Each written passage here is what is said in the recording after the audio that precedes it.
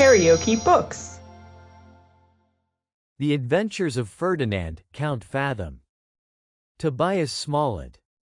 Audiobook. Chapter 29. Another providential deliverance from the effects of the smuggler's ingenious conjecture.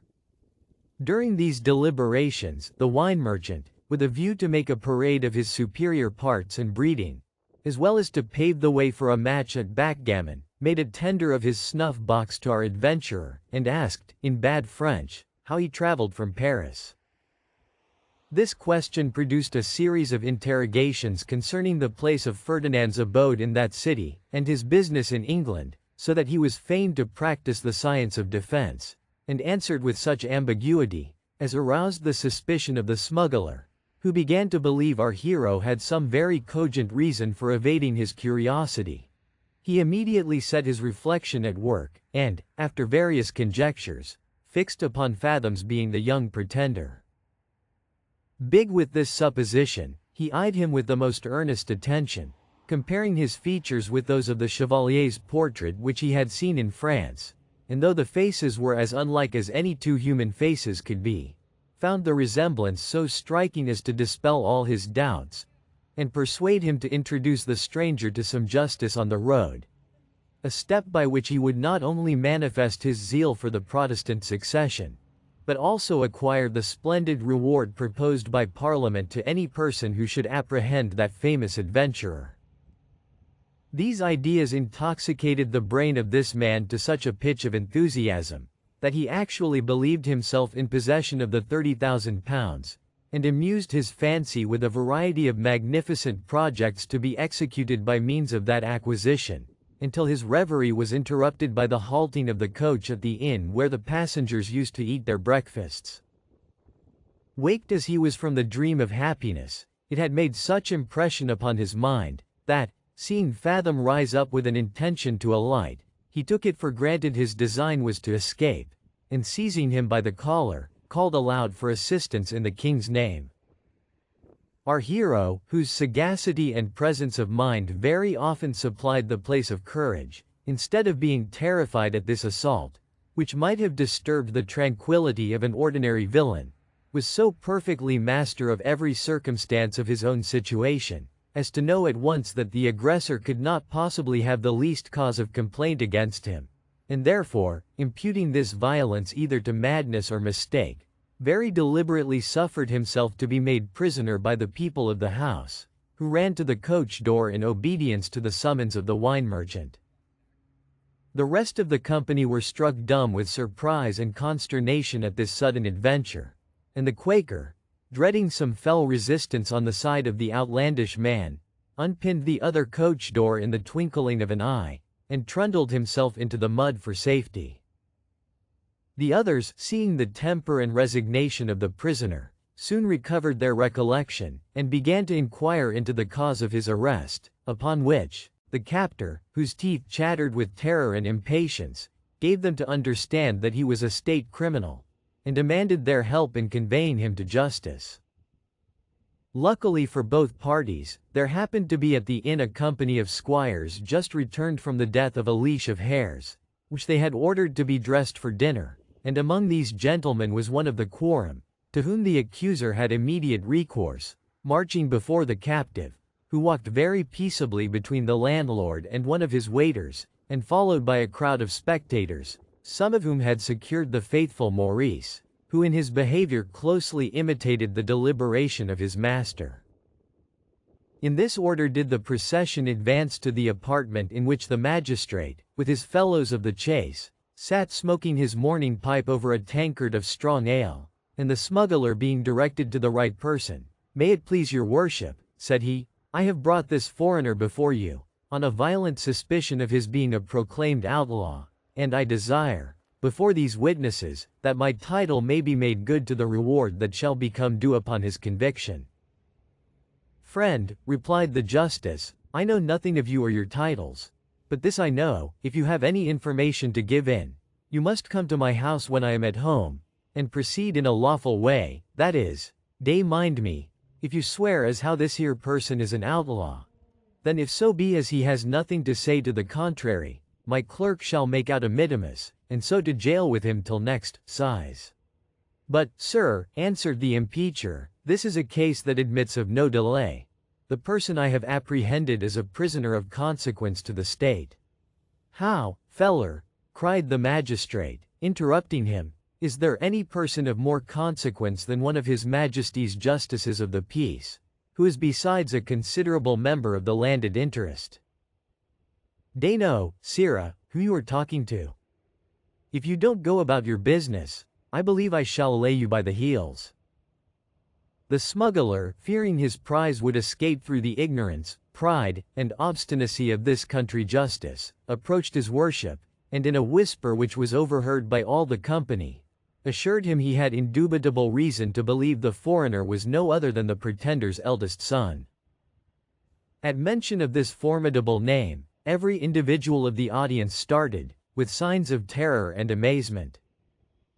The justice dropped his pipe, recoiled upon his chair, and, looking most ridiculously aghast, exclaimed, "Seize him, in the name of God and His Majesty King George! Has he got no secret arms about him?" Fathom, being thus informed of the suspicion under which he stood, could not help smiling at the eagerness with which the spectators flew upon him, and suffered himself to be searched with great composure, well knowing they would find no movables about his person, but such as upon examination would turn to his account. He therefore very calmly presented to the magistrate his purse, and a small box that contained his jewels, and in the French language desired they might be preserved from the hands of the mob. This request was interpreted by the accuser, who, at the same time, laid claim to the booty. The justice took charge of the deposit, and one of his neighbors having undertaken the office of clerk, he proceeded to the examination of the culprit, whose papers were by this time laid on the table before him. "Stranger," said he, "you stand charged with being son of the pretender to these realms. What have you to say in your own defense?" Our hero assured him, in the French language, that he was falsely impeached, and demanded justice on the accuser, who, without the least reason, had made such a malicious attack upon the life and honor of an innocent gentleman. The smuggler, instead of acting the part of a faithful interpreter, told his worship that the prisoner's answer was no more than a simple denial, which every felon would make who had nothing else to plead in his own behalf, and that this alone was a strong presumption of his guilt, because, if he was not really the person they suspected him to be, the thing would speak for itself, for, if he was not the young pretender, who then was he? This argument had great weight with the justice, who, assuming a very important aspect, observed, "Very true, friend, if you are not the pretender, in the name of God, who are you?" One may see with half an eye that he is no better than a promiscuous fellow. Ferdinand now began to repent of having pretended ignorance of the English language, as he found himself at the mercy of a rascal, who put a false gloss upon all his words, and addressed himself to the audience successively in French, High Dutch, Italian, and Hungarian Latin, desiring to know if any person present understood any of these tongues, that his answers might be honestly explained to the bench. But he might have accosted them in Chinese with the same success. There was not one person present tolerably versed in his mother tongue, much less acquainted with any foreign language, except the wine merchant, who, incensed at this appeal, which he considered as an affront to his integrity, gave the judge to understand that the delinquent, instead of speaking to the purpose, contumaciously insulted his authority in sundry foreign lingoes, which he apprehended was an additional proof of his being the chevalier's son, inasmuch as no person would take the pains to learn such a variety of gibberish, except with some sinister intent. This annotation was not lost upon the squire, who was too jealous of the honor of his office to overlook such a flagrant instance of contempt. His eyes glistened, his cheeks were inflated with rage. "The case is plain," said he, having nothing of signification to offer in his own favor. "He grows refractory, and abuses the court in his base Roman Catholic jargon. But I'll let you know, for all you pretend to be a prince, you are no better than an outlawed vagrant, and I'll show you what a thing you are when you come in composition with an English justice, like me, who have more than once extinguished myself in the service of my country. As nothing else accrues, your purse, black box, and papers shall be sealed up before witnesses, and sent by express to one of His Majesty's Secretaries of State. And, as for yourself, I will apply to the military at Canterbury, for a guard to conduct you to London. This was a very unwelcome declaration to our adventurer, who was on the point of haranguing the justice and spectators in their own language, when he was relieved from the necessity of taking that step by the interposition of a young nobleman just arrived at the inn, who, being informed of this strange examination, entered the court, and, at first sight of the prisoner, assured the justice he was imposed upon, for that he himself had often seen the young pretender in Paris, and that there was no kind of resemblance between that adventurer and the person now before him. The accuser was not a little mortified at his lordship's affirmation, which met with all due regard from the bench, though the magistrate took notice that, granting the prisoner was not the young chevalier himself, it was highly probable he was an emissary of that house, as he could give no satisfactory account of himself, and was possessed of things of such value as no honest man could expose to the accidents of the road.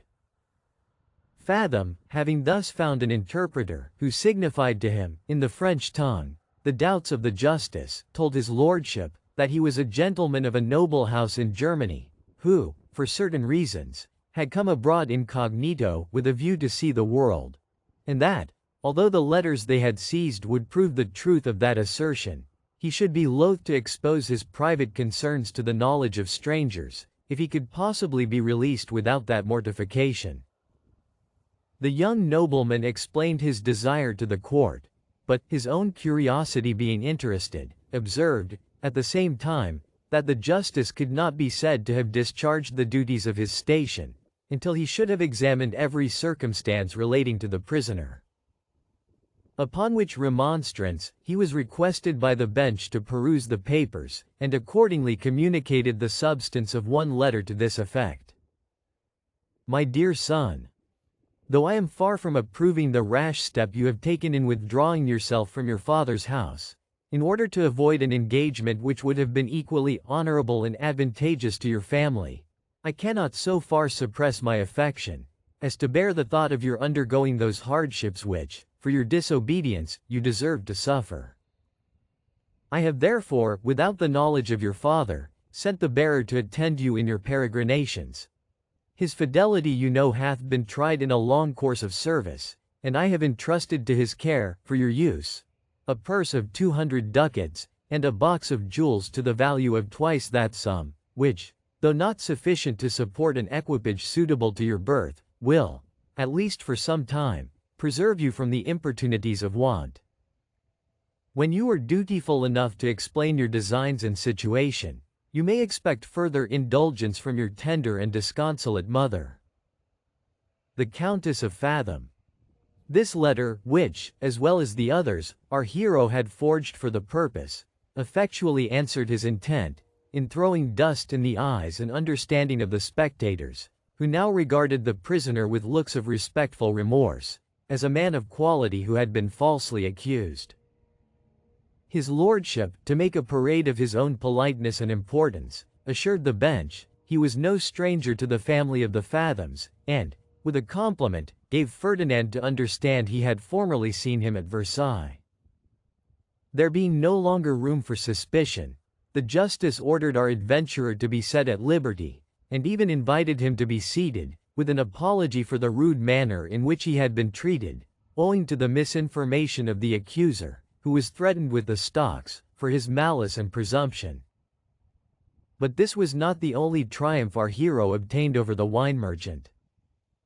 Maurice was no sooner unfettered than, advancing into the middle of the room, "My lord," said he, addressing himself in French to his master's deliverer, "since you have been so generous as to protect a noble stranger from the danger of such a false accusation, I hope you will still lay an additional obligation upon the Count, by retorting the vengeance of the law upon his perfidious accuser, whom I know to be a traitor in those articles of merchandise which are prohibited by the ordinances of this nation." I have seen him lately at Boulogne, and am perfectly well acquainted with some persons who have supplied him with French lace and embroidery. And, as a proof of what I allege, I desire you will order him and this barber, who is his understrapper, to be examined on the spot." This charge, which was immediately explained to the bench, yielded extraordinary satisfaction to the spectators, one of whom, being an officer of the customs, forthwith began to exercise his function upon the unlucky perruquier, who, being stripped of his upper garments, and even of his shirt, appeared like the mummy of an Egyptian king, most curiously rolled up in bandages of rich figured gold shalloon, that covered the skirts of 4 embroidered waistcoats.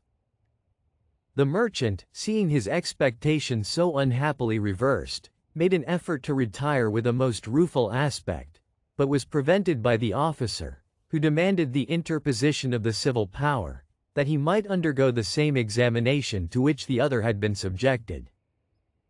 He was accordingly rifled without loss of time, and the inquiry proved well worth the care of him who made it,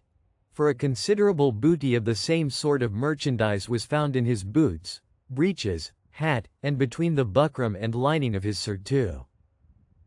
Yet, not contented with this prize, the experienced spoiler proceeded to search his baggage, and, perceiving a false bottom in his portmanteau, detected beneath it a valuable accession to the plunder he had already obtained. If you liked what you heard, please subscribe to the channel.